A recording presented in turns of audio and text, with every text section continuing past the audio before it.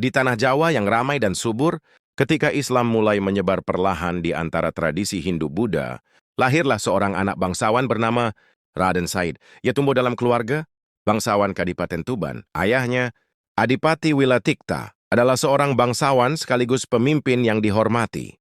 Namun di balik kemewahan istana, Raden Said menyaksikan ketimpangan sosial, rakyat miskin, kelaparan, dan ketidakadilan yang merajalela. Tergerak oleh penderitaan rakyat, Raden Said memilih jalan pemberontakan. Ia mencuri harta dari gudang ayahnya, lalu membagikannya kepada fakir miskin. Tapi niat baik tak selamanya diterima. Ia dianggap penjahat, diusir dari istana, dan menjadi buronan. Maka dimulailah pengembaraannya di luar batas kekuasaan dan moral bangsawan. Dalam pelariannya, Raden Said bertemu dengan seorang lelaki berjubah putih, Sunan Bonang.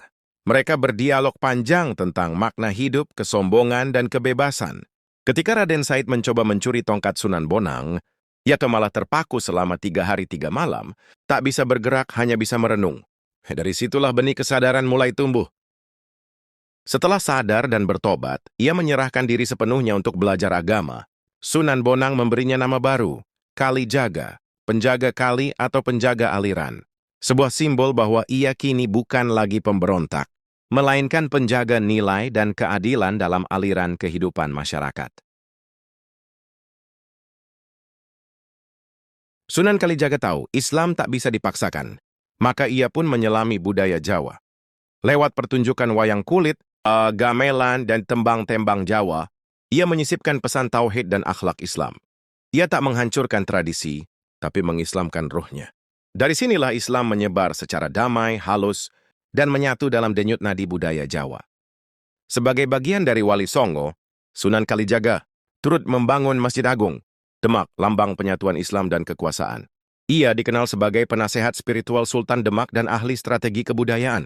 Tiang utama masjid bahkan dipercaya berasal dari sisa-sisa kayu, disusun secara ajaib oleh Sunan Kalijaga sendiri, sebuah simbol bahwa kebaikan bisa tumbuh dari sisa yang tak berguna. Dakwahnya menjangkau hingga pelosok-pelosok Jawa. Ia tak hanya mengajarkan Islam, tapi menanamkan etika, toleransi, dan cinta tanah air. Ia mendirikan langgar-langgar, mengajari anak-anak, dan mengangkat seni sebagai jembatan langit dan bumi.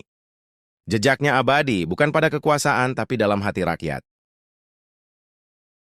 Sunan Kalijaga wafat di Kadilangu, Demak, tapi kisahnya tak pernah benar-benar mati.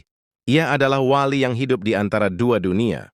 Dunia istana dan rakyat, dunia tradisi dan agama, dunia masa lalu dan masa kini. Ia bukan hanya tokoh sejarah, tapi inspirasi yang mengajarkan bahwa kebenaran sejati harus membumi, tak boleh tinggi di langit sendirian.